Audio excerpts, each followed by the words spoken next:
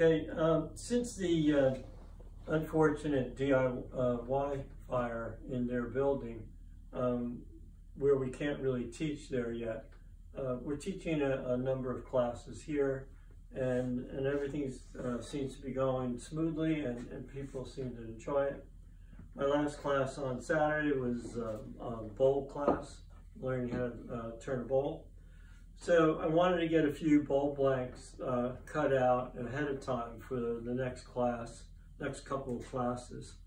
So these are, let's see, we have a walnut, white oak, sapele, and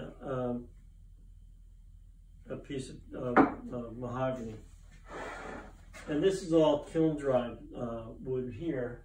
I've also been putting together some much more green pieces. This one for me, when I get a chance to turn it. This morning I partially turned this spalted maple bowl, and I'm going to coat it with some sealer so that it doesn't start to crack. And I don't think this will. It'll be fine. And then I'll put it, after the sealer dries, I may additionally put it in a bag with some of its sawdust and then let it sit for a couple months and then finish the bowl. This one,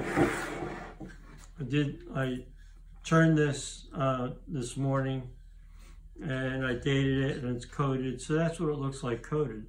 And the coating will prevent it from splitting, mainly with the end grain.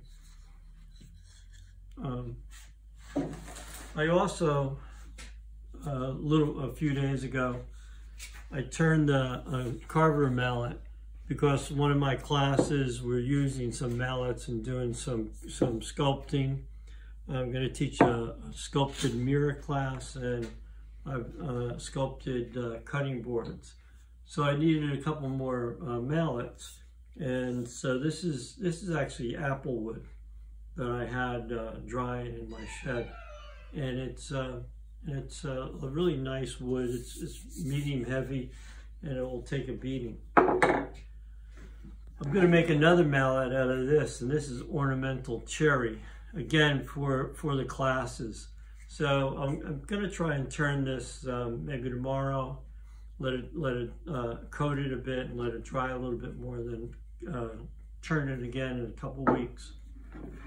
And we've also done a few rolling pins during the turning class, and this is a blank for a relatively small rolling pin, but it's a nice little project. One thing that I'm pleased with is that the classes, everybody seems to be having a really good time, and we're working on setting up some more different classes through DIY the joint.